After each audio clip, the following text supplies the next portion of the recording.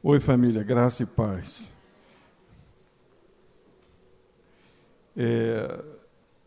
Vocês têm percebido que eu tenho lido João, né? O Evangelho de João. E hoje nós vamos ler o capítulo 2, a partir do versículo 12. Vamos ler a partir do 11. Diz assim: Jesus principiou assim os seus sinais em Caná da Galileia e manifestou a sua glória, e os seus discípulos creram nele. Depois disso, desceu a Cafarnaum, ele, sua mãe, e seus irmãos e seus discípulos, e ficaram ali não muitos dias. E estava próximo a Páscoa dos judeus, e Jesus subiu a Jerusalém, e achou no templo os que vendiam bois, e ovelhas, e pombos, e os cambistas assentados. E tendo feito um açoite de cordões, lançou todos fora do templo, também os bois, as ovelhas, e espalhou o dinheiro dos cambistas e derrubou as mesas. E disse aos que vendiam pombos: tirai daqui estes, e não façais da casa do meu pai casa de venda. E os seus discípulos lembraram-se do que está escrito: o zelo da tua casa me devorou. Responderam, pois, os judeus e disseram-lhe: que sinal nos mostra para fazeres isto? Jesus respondeu e disse-lhes: destruí este templo, e em 3 dias o levantarei.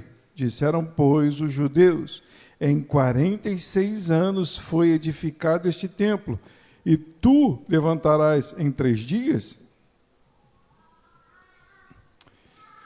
Mas ele falava do templo do seu corpo. Quando, pois, ressuscitou dentre os mortos, os seus discípulos lembraram-se de que lhe dissera isto, e creram na Escritura e na palavra que Jesus tinha dito.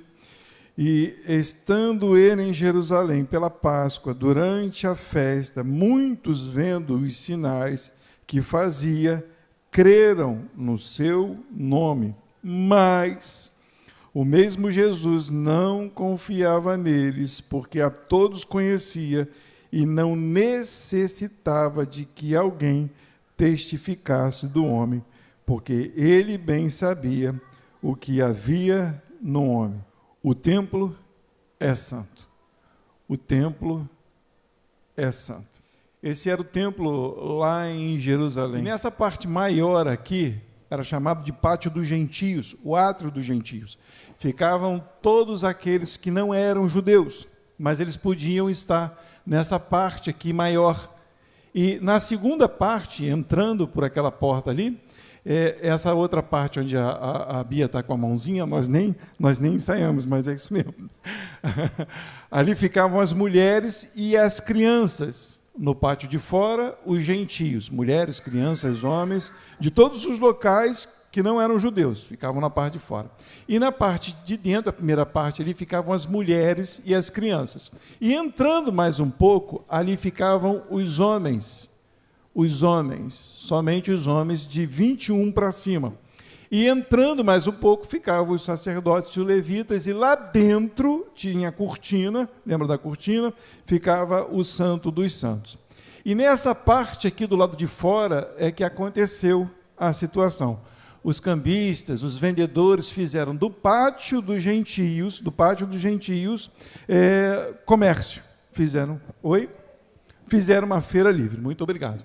Fizeram uma feira, então tudo ali em volta era uma feira, tinha bois, cabras, tinha tudo isso. Deu para a gente fixar bem? Nos 2 primeiros versículos, antes da gente falar isso, a Bíblia nos informa, nos declara no versículo 11 e no versículo 12, que Jesus estavam com a sua mãe e os seus discípulos. E vocês lembram do primeiro milagre de Jesus? O primeiro milagre de Jesus foi uma belezura. O primeiro milagre de Jesus foi uma doçura, né? Foi uma solução de um problema, foi uma provisão no momento certo, o primeiro milagre, né? Estava faltando vinho no casamento, e a gente sabe que se faltasse vinho, o noivo ia ficar desacreditado pelo seu sogro, e o casamento seria mal falado e outras coisas, e Jesus, em secreto, fez o seu primeiro milagre. Só manifestou aos seus discípulos, aos servos que estavam ali e à sua mãe. Só eles ficaram sabendo.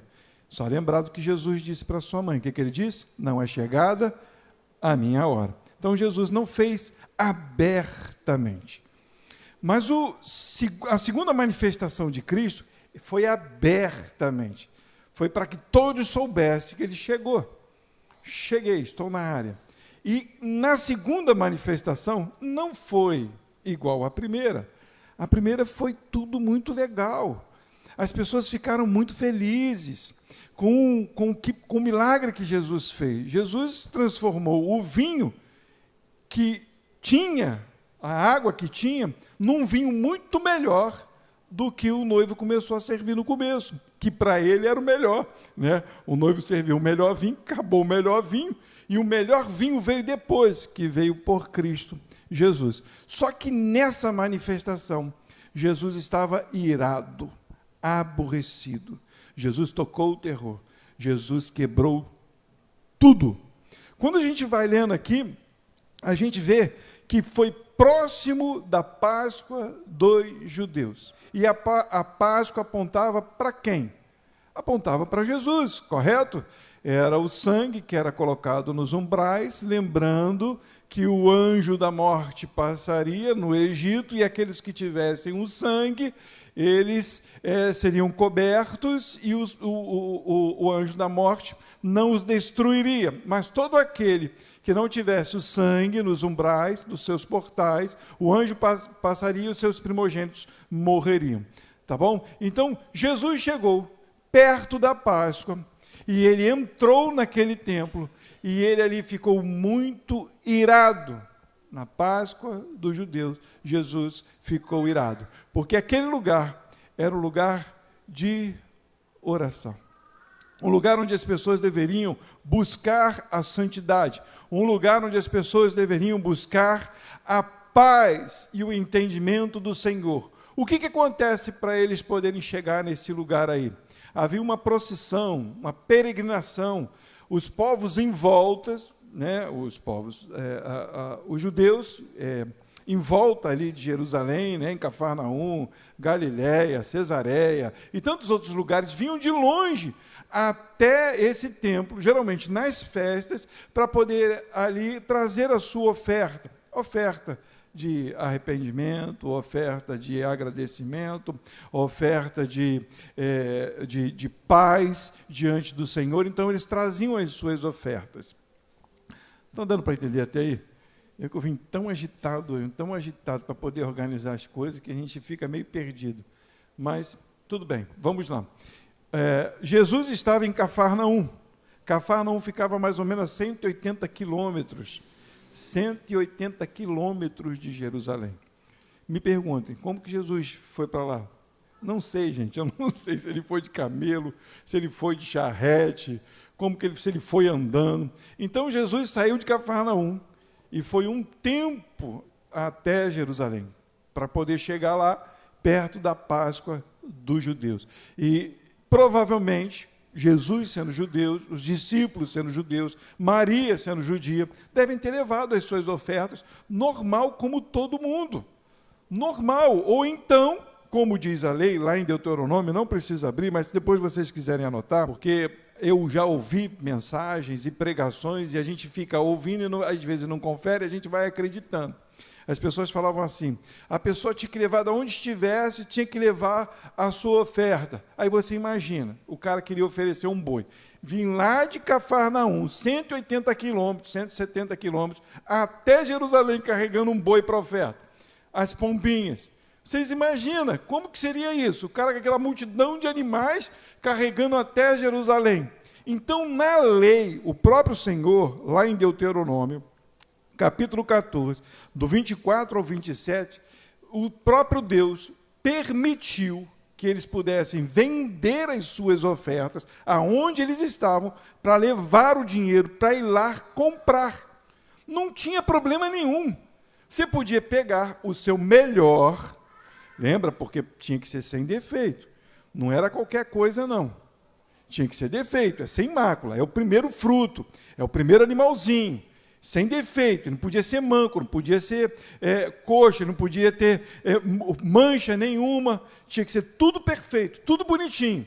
Vendia lá e chegava lá em Jerusalém, comprava e levava para o sacerdote a sua oferta para ele ter que degolar e fazer o trabalho que tinha que ser feito. Ok até aí? Tranquilo?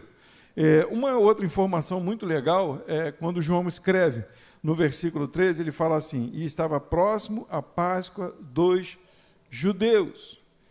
Eu achei muito legal isso. Por que João escreve estava próximo à Páscoa dos judeus? O João era judeu. Por que ele não falou estava próximo à nossa Páscoa? Por quê? Porque João escreveu esse evangelho bem depois. Ele já não praticava mais a Páscoa dos judeus. Nós não praticamos a Páscoa dos judeus. Se alguém falar para você que você tem que praticar a Páscoa dos judeus, não pratique. Por que não pratique? Porque Jesus na Páscoa, o que Jesus fez na Páscoa? Morreu.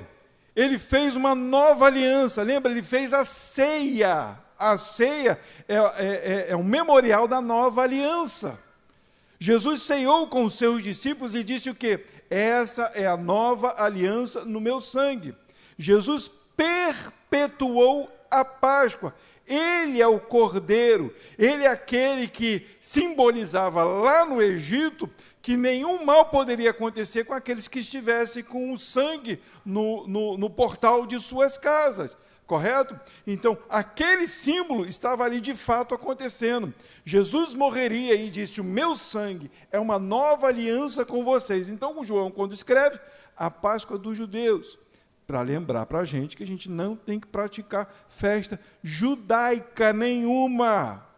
Nós não praticamos festas judaicas, porque Jesus perpetuou todas elas. O Pentecostes já está em nós. O tabernáculo somos nós. A Páscoa é o Cristo, e ele já morreu e ressuscitou. Então, quando João escreve, ele já dá essa informação para a gente. Só que naquela época, Jesus ainda não tinha morrido e nem ressuscitado. Jesus estava começando o seu ministério. Então ele precisava manifestar algo para os judeus para revelar a sua majestade e a sua grandeza. Jesus chega lá no templo e encontra aquela bagunça. O que era para ser feito do lado de fora, estava sendo feito do lado de dentro. Percebem comigo? Vocês imaginam um monte de barraquinha ali. Olha para o quintal ali dos gentios, imagina um monte de barraquinha. Só imagina, né? Pensa numa feira agora, né? Kátia, Elaine, né? Na feira de vocês lá, pensa naquela feira, né? Vendendo. Tem silêncio? Não tem silêncio. Não tem, a feira de legumes e verduras. Olha aí, aqui abaixou, não sei nem como é que é o negócio, não, né? Uma dúzia por sei lá quanto, sei lá, vou falar besteira aqui. Eu nem gosto de feira, porque eu não gosto de tumulto. Quem gosta é shopping e feira. Mas vocês imaginam, no pátio dos gentios, uma feira livre. Vocês imaginam, está lá o sacerdote lá dentro, ministrando a oferta, lendo a lei, cantando-se os louvores, os levitas ao Senhor, e o barulho. Alguém presta atenção? Quando liga o som alto ali fora, quando liga o som aqui, canta uma música que a gente lembra no passado, né? Tem gente que até se controla. Né? Por quê? Porque atrapalha. Vocês imaginam uma feira livre. Quando Jesus entra naquele local que deveria ser uma casa de oração, é uma casa de prostituição. Prostituição não porque tinha prostitutas, porque prostituíram a verdade. Jesus tinha ou não tinha que quebrar tudo? Jesus tinha que quebrar tudo. Pensa comigo agora, eu já falei isso para vocês, eu vou repetir de novo. Jesus é aquele que é o Senhor da vida. Entendem? A lei que estava sendo lida neste lugar, nesse templo, era a representação do próprio Cristo. Quando se lia Moisés, né, quando se lia o Pentateuco, as leis que Moisés escreveu, estava se falando de Cristo. Jesus é a lei perfeita de Deus. Jesus é o verbo de Deus. É muito mais sério do que a gente pode pensar. Jesus não simplesmente entrou para quebrar tudo. A lei que repara, que constrói, que edifica o homem, estava sendo lido naquele lugar. Mas havia uma farra, havia uma bagunça, e a perfeição, a lei perfeita de Deus, que repara, que restaura o homem, não estava sendo entendido pelas pessoas que iam naquele lugar. E as pessoas não estavam dando nem importância para o que estava sendo feito lá naquele lugar. Entenda, o povo de Israel foi levantado, o povo hebreu foi levantado, o povo judeu foi levantado para um único propósito. Foram escolhidos por Deus para reparar as nações. Não que eles seriam o reparo das nações, mas que eles levariam a lei de Deus às nações que estavam corrompidas. Deus deu a lei a Moisés, para que quando aquele povo estivesse um povo forte, esse povo pudesse mostrar às nações, aos gentios, por isso tinha o pátio dos gentios, a lei de Deus, mostrar às pessoas que elas estão num caminho torto, que elas estão fazendo coisas que não agradam ao Senhor. Então a lei era para ser ouvida, era para ser lida e ouvida, e era para ser reverenciada, era para haver silêncio, era para haver, quando houvesse barulho, louvor de adoração ao Deus, ao nosso Senhor, mas isso não estava havendo naquele lugar. O próprio Cristo, a lei de Deus, o verbo de Deus, entrou naquele lugar e destruiu, e acabou, e tirou tudo o que havia lá dentro, mostrando que ele tem autoridade. Versículo 14 diz assim: e achou no templo os que vendiam bois, ovelhas e pombos, e os cambistas assentados, e tendo feito um açoite de cordões, lançou todos fora do templo, e também os bois e as ovelhas, e espalhou o dinheiro dos cambistas, e derrubou a mesa. E disse aos que vendiam pombos: tirai daqui estes, e não façais da casa de meu pai casa de venda. E os seus discípulos lembraram-se do que está escrito: o zelo da tua casa me devorou. Esse texto está lá, não precisa abrir, está lá em Salmos capítulo 69, versículo 9. Tá? É um salmo de Davi. Davi fala esse salmo e mostrando que aquele que viria também teria que ter zelo pelas coisas do Senhor. Isso é um alerta para nós. Versículo 18 diz assim: e responderam, pois, os judeus, e presta atenção nisso, e disseram: que sinal nos mostra para fazer isto? Jesus respondeu e disse: destruí este templo, e em 3 dias o levantarei. Disseram, pois, os judeus: em 46 anos foi edificado este templo, e tu levantarás em 3 dias? Mas ele falava do templo do seu corpo. Aquele templo ele foi levantado para um propósito, o propósito que eu já falei para os irmãos. Era um lugar onde se encontrava Deus, era um lugar onde se ouvia as leis de Deus, era um lugar onde você podia chegar e entender daquilo que estava errado no seu coração, através da leitura da lei de Deus, e assim ser reparado o teu coração. E sendo reparado o teu coração com as tuas ofertas, com aquilo que você recebeu do próprio Deus, oferecer a Ele e pedir perdão. E não só perdão, mas também oferta de gratidão. Aquele lugar foi levantado para isso.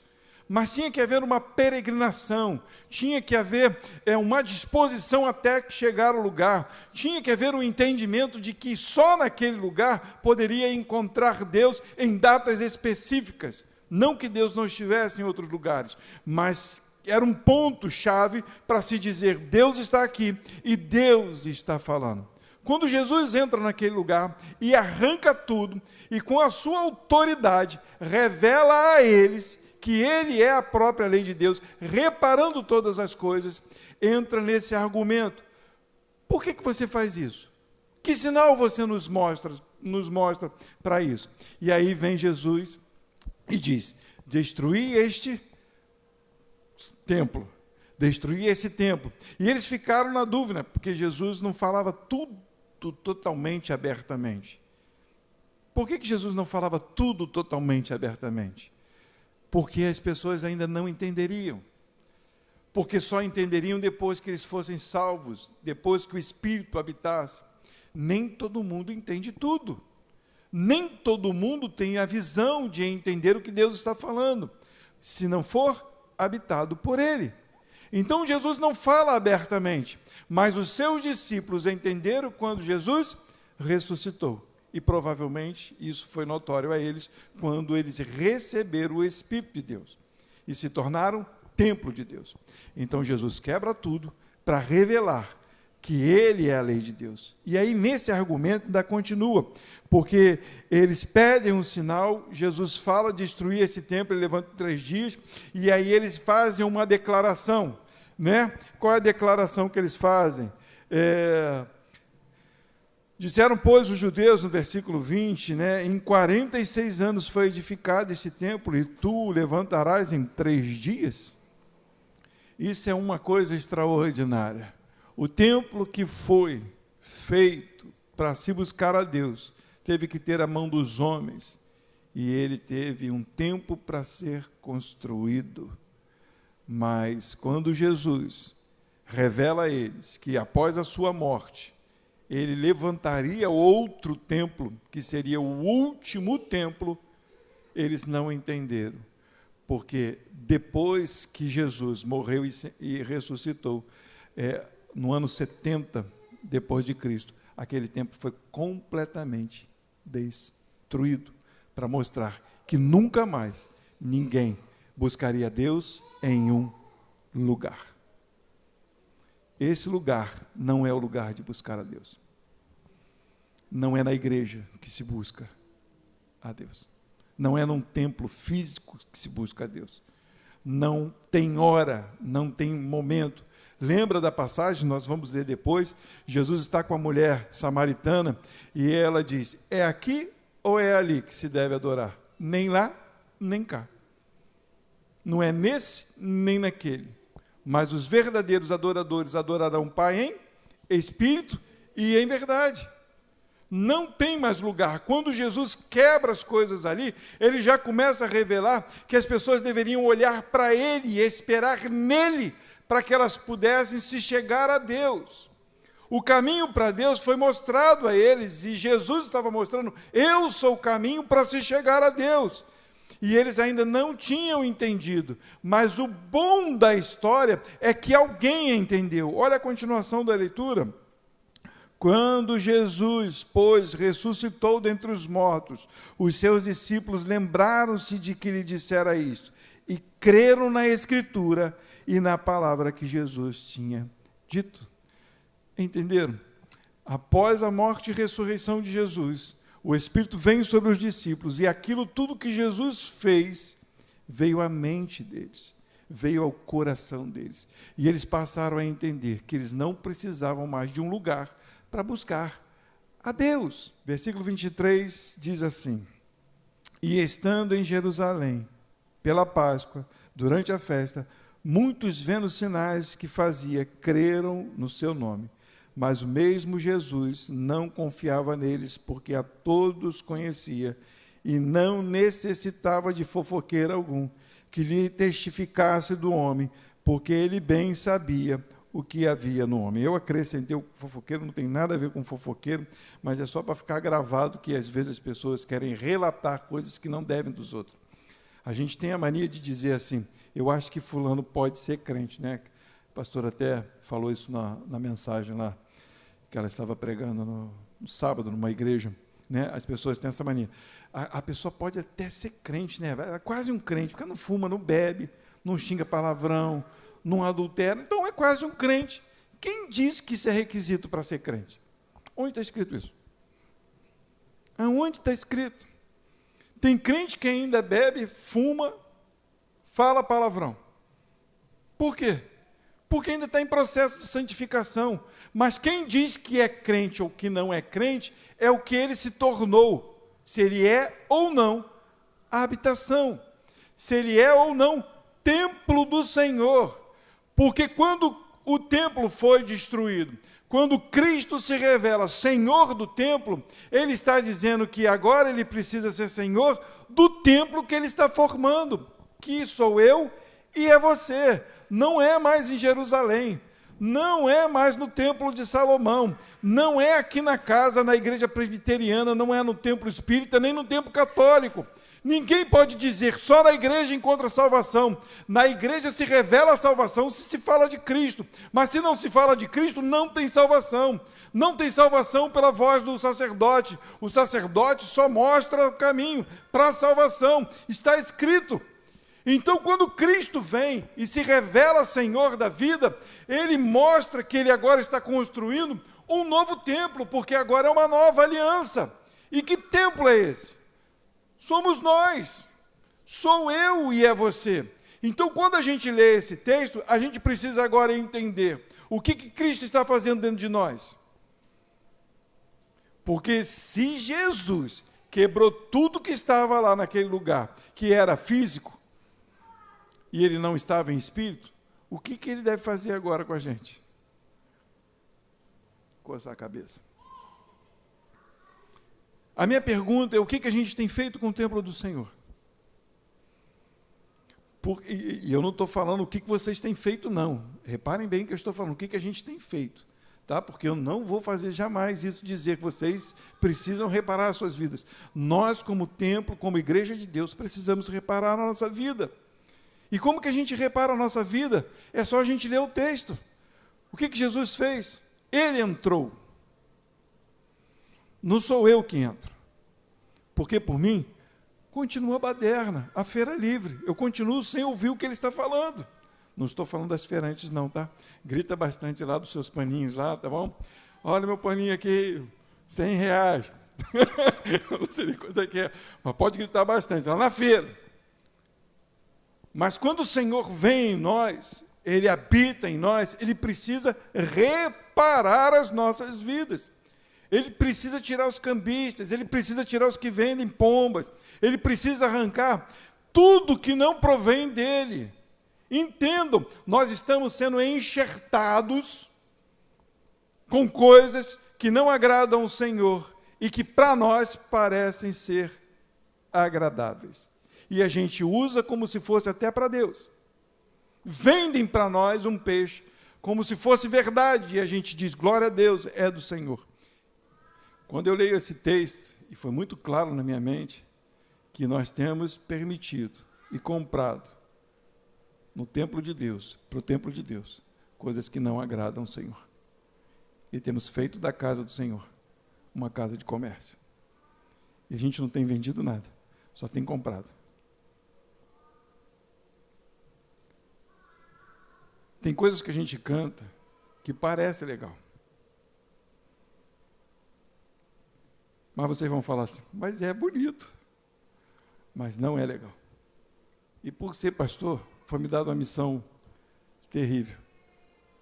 E eu acho às vezes que é impossível. Porque eu tenho que pastorear a igreja, pastorear a minha casa e pastorear a minha própria vida.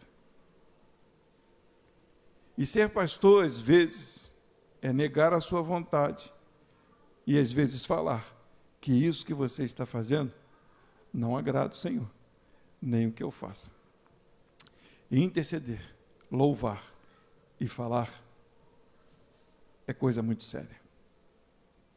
E não estou falando que ninguém está falando nada de errado aqui, não. Mas tem coisas que a gente precisa reparar. Quando eu leio esse texto, eu vejo às vezes que Jesus entra no nosso, aliás, nosso não, no templo dele, aonde ele é Senhor, porque ele nos chamou. E olha para a gente e faz um cordão de chicote e dá cada chicotada, mas parece que está amortecida a nossa carne e a gente não sente nada.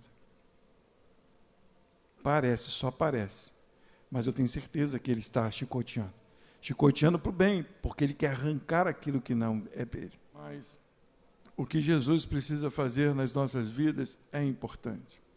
Eu creio que Deus tem nos chamado. Creio que Deus me chamou. Creio que Deus chamou a cada um de vocês, a cada um neste lugar. Deus chamou. E quando Deus nos chama, Ele nos chama para reparar. E quando nós somos chamados para reparar, nós sofremos retaliações.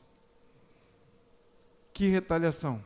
Porque as pessoas não querem ser reparadas, a começar em nós mesmos. O que a gente faz, a gente acha que é certo. O que a gente canta, a gente acha que é certo. O jeito que a gente ora, a gente acha que é certo. Às vezes, o não querer corrigir, a gente acha que é certo. O ser omisso, a gente acha que é certo. E Deus não chamou esta casa para ser uma casa onde estamos aqui simplesmente para começar um culto e terminar ele e ficar por isso mesmo. Deus nos chamou para alertar pessoas, a começar em nós. Lembra do templo? Havia um pátio dos gentios. Onde a gente passa, tem pessoas que não conhecem o nome do Senhor. E o templo do Senhor é você, onde você estiver, por onde você passar. O que você estiver fazendo, você é templo do Senhor. E como pode um templo do Senhor permitir com que aquilo que não é dele seja misturado com a tua vida? Abre aí, 1 Coríntios capítulo 3, a partir do versículo 10. Olha só. Diz assim: segundo a graça de Deus que me foi dada, pus eu, como sábio arquiteto, um fundamento. E outro edifica sobre ele.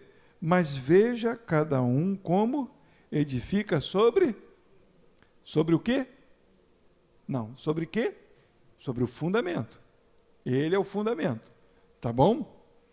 Porque ninguém pode pôr fundamento além do que já está posto, o qual é Jesus Cristo. Então Paulo está dizendo: segundo a graça de Deus que me foi dada, o favor de Deus que me foi dado, pus eu como sábio arquiteto. Sendo sábio, o que ele fez? Ele colocou o fundamento. E qual foi o fundamento? Cristo Jesus. Não existe outro fundamento. Não são santos, não são pastores, não são bispos, não são gurus, não são padres, não são. Fundamento é Cristo, base, chão. Mas ele diz, agora vê como cada um constrói sobre o fundamento. A primeira pergunta é, temos sido sábios em colocar o fundamento? Porque se não existe fundamento, qualquer coisa que você constrói não serve de nada. Mas todos nós entendemos que existe um só fundamento, e esse fundamento é Cristo. E agora, sobre este fundamento, o que temos construído? É o que Paulo está dizendo. E ele diz no versículo 12, se alguém sobre este fundamento formar um edifício de ouro, prata, pedras preciosas, madeira, feno, palha, a obra de cada um se manifestará. Você pode construir sobre este fundamento o que você quiser, da forma como você quiser. Mas ele diz o que você pode colocar: ouro, prata, pedras preciosas, palha, feno. Não é assim que ele diz? Madeira. E ele diz, a obra de cada um se manifestará. Na verdade, o dia declarará. Que dia é esse?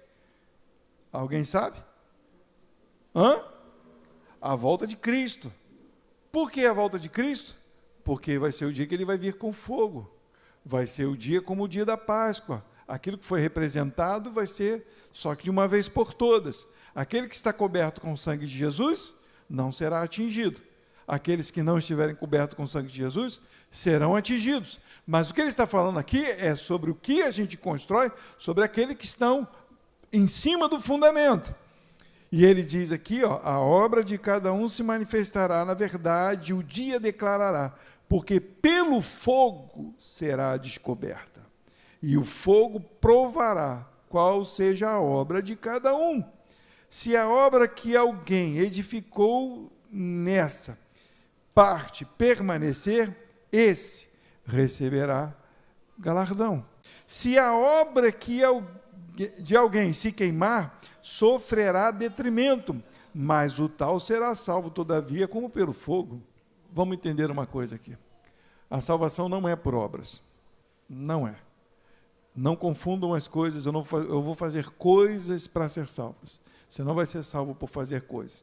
A Bíblia é bem clara, nos diz que as pessoas muitos vão chegar lá no final do tempo, vão falar assim, mas em teu nome, né? Porque aquele que está no nome de Jesus está fazendo segundo Cristo, né? Entendo.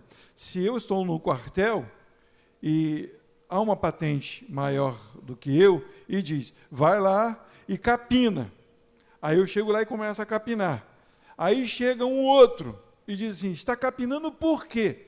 Porque o coronel, ou o major, ou aquele que é maior do que eu, mandou. Eu estou em nome dele. Não estou capinando porque eu quis, até porque eu não queria capinar, correto?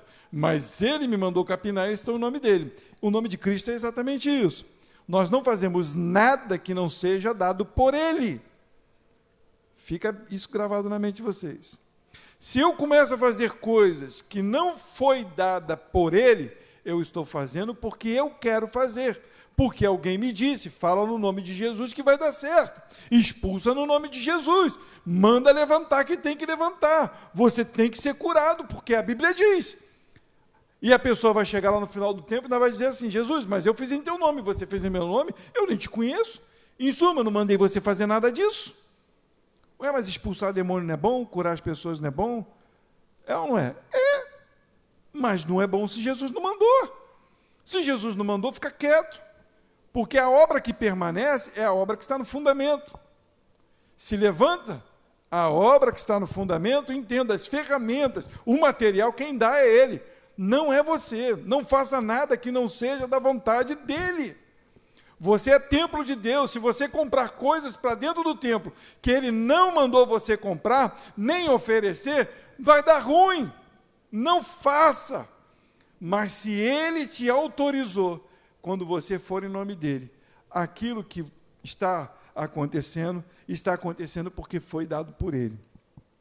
Versículo 16, o próprio versículo 15 vai falar que quando Jesus voltar, né, essas obras serão manifestas. Hoje a gente não tem como saber o que é obra de Deus e o que não é. Tem coisas que a gente olha e diz assim, nossa, é perfeito, é a obra de Deus. Eu vou citar um negócio aqui. Eu sei que tem gente, de repente, não vai gostar do que eu vou falar, mas é só para a gente poder entender. Não se iludam com movimentos. Não se iludam. Pastor, você é contra algumas coisas? Não, eu só quero que os irmãos percebam. Entenda. Hoje, o que a gente tem visto? Algumas manifestações do povo de Deus em shoppings, em mercados. É lindo, é de arrepiar. É de arrepiar. E se eu estiver junto, eu vou cantar também, vou levantar a minha mão e vou glorificar a Deus. Mas entendam, isso não é avivamento. Ficar 70 horas, 80 horas, 3, 4, uma semana, num lugar adorando a Deus, não quer dizer que é avivamento. Eu vou ser criticado, mas eu não estou nem aí. Os discípulos que eram avivados por Deus, cumpriram a obra de Deus. Não foi fechado no lugar, não. Não foi com multidão, não. Foi dando a cara a tapa, sozinhos. A minha pergunta é, quando tem um montão a gente faz? Faz. Quando você está sozinho, você faz? Cadê o avivamento? Com um montão de gente é fácil. Nós já passamos horas, 12 horas, louvando a Deus e igrejas. Mas é avivamento? Não confunda as coisas. Avivamento é aquele que está em Jesus. Avivamento é aquele que cumpre a ordem de Jesus. Avivamento é aquele que ama Jesus. Avivamento é aquele que não nega Jesus. Está avivado aquele que não dá as costas para Jesus. E eu digo com toda certeza, nós estamos passando por um período de escassez do Espírito. Porque os mesmos que cantam em mercados, em shoppings, em igrejas, 2, 3 horas, porque ele vive, às vezes estão maltratando a mulher dentro de casa, estão com outra mulher na rua, não dão testemunho nenhum. Avivamento é entender que você é templo do Espírito e que quem manda na tua vida é o Senhor. Olha a continuação aqui, ele vai falar assim: não sabeis vós, versículo 16, que não sabeis vós que sois o templo de Deus e que o Espírito de Deus habita em vós?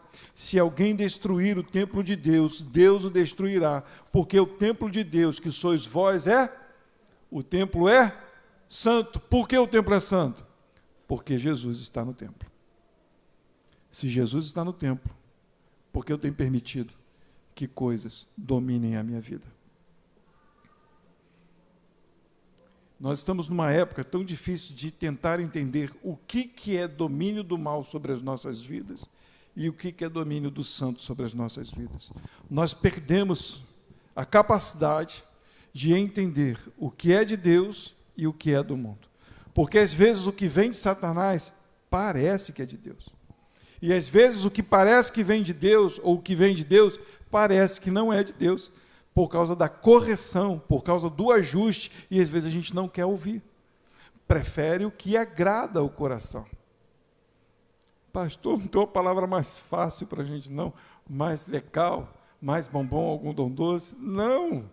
A gente precisa fortalecer essa igreja. Nós precisamos fortalecer-nos uns aos outros, nós precisamos entender que o nosso fundamento, que Cristo Jesus, precisa edificar uma igreja forte. E como que se edifica uma igreja forte? Colocando coisas que são segundo Ele, não segundo nós, não segundo a nossa mente, não segundo o nosso querer. Ele é a palavra, Ele é o verbo, é Ele que faz todas as coisas e não só faz, como instrui a nós, os seus filhos, a andar no caminho dEle. Vocês estão entendendo? O que a gente vai fazer daqui para frente? Como que a gente vai fazer essa igreja crescer? Entendendo que a gente não faz a igreja crescer, que quem faz a igreja crescer é Ele. Permitindo que Ele entre no templo de Deus, que sou eu e que é você, habitado por Ele, pedindo a Ele que Ele repare as nossas vidas, que Ele nos dê a instrução de como devemos agir em tudo que a gente faz, no nosso chamado, seja intercedendo, seja falando a palavra de Deus, seja louvando, que em tudo que a gente for fazer, que Ele repare as nossas vidas, para que a gente possa transmitir, manifestar verdadeiramente quem Ele é. Nós fomos chamados para isso. Deus chamou esta igreja para isso. Deus chamou-nos para que nós pudéssemos mostrar, manifestar a sua glória publicamente. Quando nós saímos do ministério, alguém teve um sonho, né? E depois do sonho uma palavra veio ao meu coração. E algo veio bem nítido na minha cabeça, não por causa do sonho, mas pelo chamado. A ideia não é apressar Deus para que a gente faça as coisas que tem que fazer no estalo, porque a gente não está aqui para apressar nada e nem Deus está com pressa. Deus não tem pressa de nada. Era a palavra que a gente ouvia muito: Deus está com pressa, vamos lá. Eu não estou fazendo isso com os irmãos. A palavra é para alertar, e aquele que está sendo alertado, seja alertado pelo Senhor, não por mim. Deus está falando aos nossos corações, e se não falou aos seus, falou ao meu. Então, entenda, o que agora eu entendo como pastor é de acordo com o que Ele me dá as ferramentas, eu ir trazendo para os irmãos. A medida que Ele me dá, é a medida que a gente constrói. A medida que Ele te dá, é a medida que se constrói. Não é rápido, mas é fazendo bem com aquilo que a gente tem. Se é um tijolinho, bota o tijolinho e espera. Se não tem cimento, guarda o tijolo. Chegou o cimento, bota o tijolo.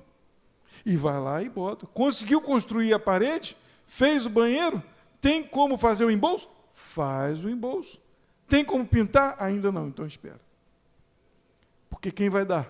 É o dono da obra. Porque a gente não está construindo com fundamentos errados, a gente está construindo com fundamentos certos. E a obra tem que ser com o material que ele dá. Vocês estão entendendo? Então não é com pressa, é com entendimento. Se levantou só uma paredinha, e se era só para a paredinha, amém. Que aquela parede construída com o entendimento no fundamento vai fazer a diferença que tem que ser feita. Cada um de nós tem que ter esse entendimento. Nós somos templo do Senhor. E não só templo do Senhor quando estamos juntos, igreja, mas individualmente somos templos de Deus. O Senhor habita em cada um de nós. O mesmo Deus que habita aqui, habita aí. Ele é a luz do mundo, a estrela da manhã, é o Rei da glória, e em meu coração contente vou cantando a divina canção.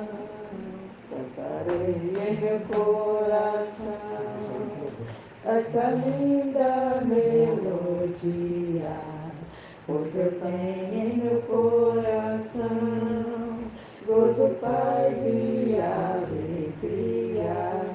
Cantarei em meu coração, cantarei de noite e dia, aleluia.